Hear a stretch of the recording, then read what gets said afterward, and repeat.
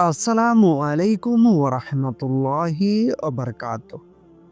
প্রিয় দিনী ভাই ও বোন, যারা চুপচাপ কষ্ট সহ্য করেছে, মানুষ ভাবে আপনি শক্ত, কিন্তু আপনি জানেন রাতে বালিশ ভিজে যায়। কাউকে বোঝাতে পারেন না, কারণ বোঝানোর মতো ভাষা নেই। কেউ জিজ্ঞেস করে বলে, আমি ভালো আছি, কিন্তু আপনি আর আল্লাহ জানেন আপনি ভালো নেই। আপনি দোয়া করছেন, অনেকবার করছেন, কখনো তাহাজ্জুদে, কখনো সিজদায় কাঁদতে কাঁদতে বলেছেন, হে আল্লাহ, আর পারছি না। কিন্তু কিছুই বদলালো না। তখন শয়তান একটি কথা মনে ঢোকায়, আল্লাহ তোমাকে ভুলে গেছেন।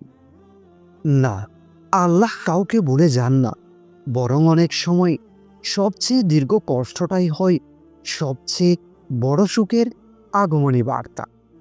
কারণ আল্লাহ যখন কাউকে বিশেষ কিছু দিতে চান, তখন আগে তাকে তৈরি করেন। আর সেই তৈরির প্রক্রিয়ার নাম পরীক্ষা। আজ আপনি বিনিয়ে নিন, এই ৫টি লক্ষণ যদি আপনার জীবনে থাকে, তাহলে বুঝবেন আপনার কষ্ট বৃথা যায়নি।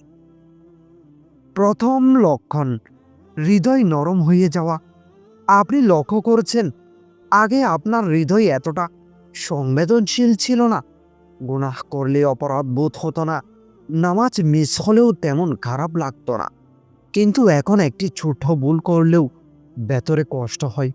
নামাজ দেরি হলে অস্বস্তি লাগে, কোরআনের আয়াত শুনে চোখ ভিজে যায়। এটি দুর্বলতা না, এটি আল্লাহরই রহমত। কারণ পাথরের হৃদয় কখনো কাঁদে না, যেই হৃদয় কাঁদে সেটি জীবিত হৃদয়।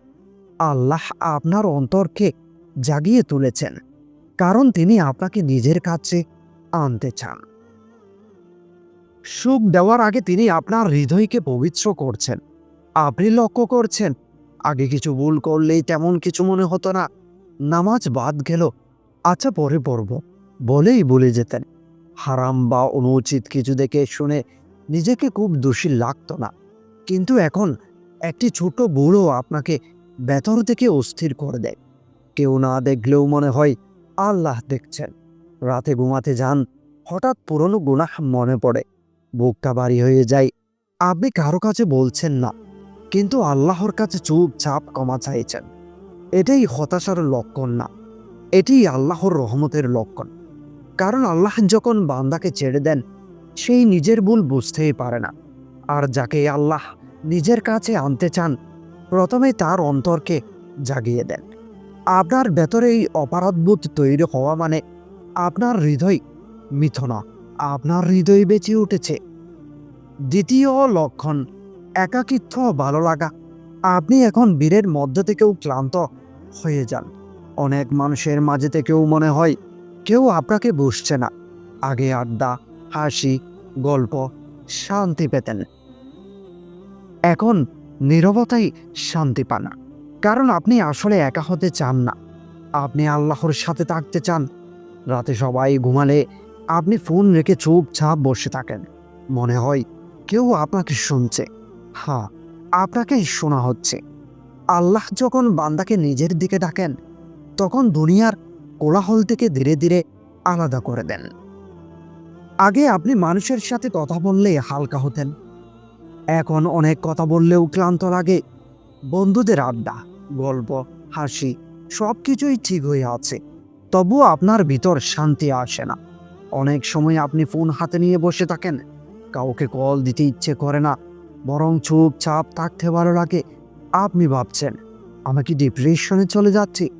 সব সময় না, অনেক সময় এটি একাকিত্ব না, এটি আল্লাহর সাথে নির্জনতার শুরু।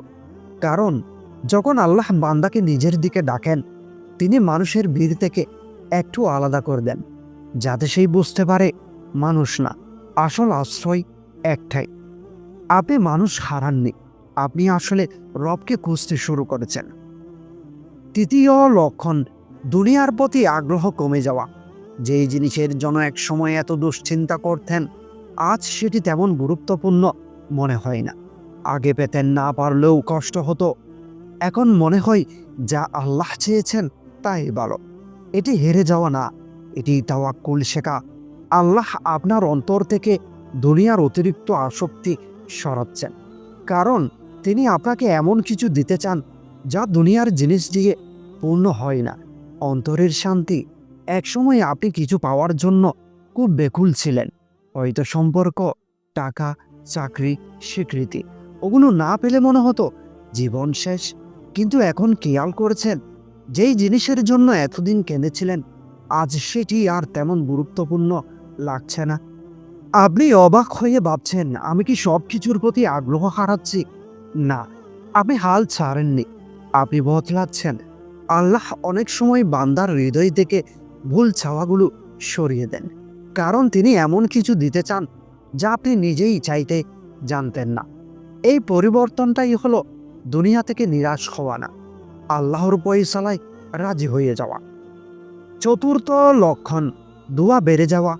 আপনি খেয়াল করেছেন, আগে শুধু বিপদেই দোয়া করতেন, এখন অকারণেও হাত উঠে যায়। রাস্তা দিয়ে হাঁটতে হাঁটতে হঠাৎ মনে মনে বলছেন, হে আল্লাহ, তুমি আছো তো।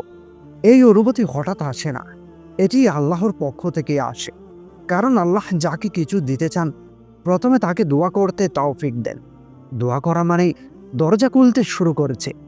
এখন আপনি পরিকল্পনা করেও দোয়া করেন না, দোয়া নিজেই বের হয়ে আসে। রাস্তা দিয়ে হাঁটতে হাঁটতে আকাশের দিকে তাকিয়ে বলেন, হে আল্লাহ, সব কিছু ঠিক করে দিন। কেউ আপনাকে শেখায়নি, কেউ মনেও করায়নি, তবু হৃদয় থেকে বারবার আল্লাহকে ডাক আসে। এটি কাকতলীয় না। আল্লাহ যখন কোনো বান্দার জন্য ফয়সালা করেন, তিনি আগে তার জিহ্বাহ দোয়া বসিয়ে দেন। কারণ দোয়াই হলো আসন্ন রহমতের দরজার প্রথম করানারা। আপনি আল্লাহকে ডাকছেন না, আল্লাহ আপনাকে ডাকছেন। পঞ্চম লক্ষণ, একটির পর একটি পরীক্ষা। আপনি ভাবছেন, আমার জীবনে এত সমস্যা কেন?